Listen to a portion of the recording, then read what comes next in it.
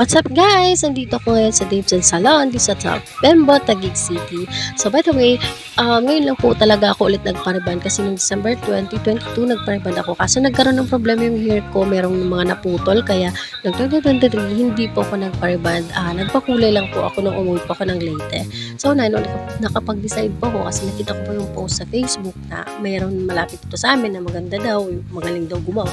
So yun, pinuntahan ko dito. So ayun po, binabaran niya po ng gamot na para sa reband na siya. And then after that, nagantay ako na ng mga dalawang oras ata. I'm not sure. Pero, habang nag-aantay, ayan, lumapit sa kanya yung alaga niya kasi nagugutom niya. Sobrang sweet ng alaga niya talaga. Ang lambing.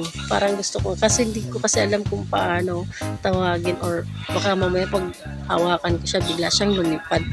So, natatakot ako. Pero, ang ginawa pala sa akin, guys, is Botox reband with color na siya. So, hindi ko na siya na-videohan lahat kasi nga, sobrang hina ng internet sa loob. So, yan lang po yung na-video ko. And then, yan, pauwi na po ako yan. Bali, natapos po kami. Nag-umpisa po kami ng 12 at natapos kami ng 6 p.m. At saka sobrang sulit din po ng binayad ko kasi mura lang po talaga. And I will not disclose the amount. So, punta na lang po kayo if you want.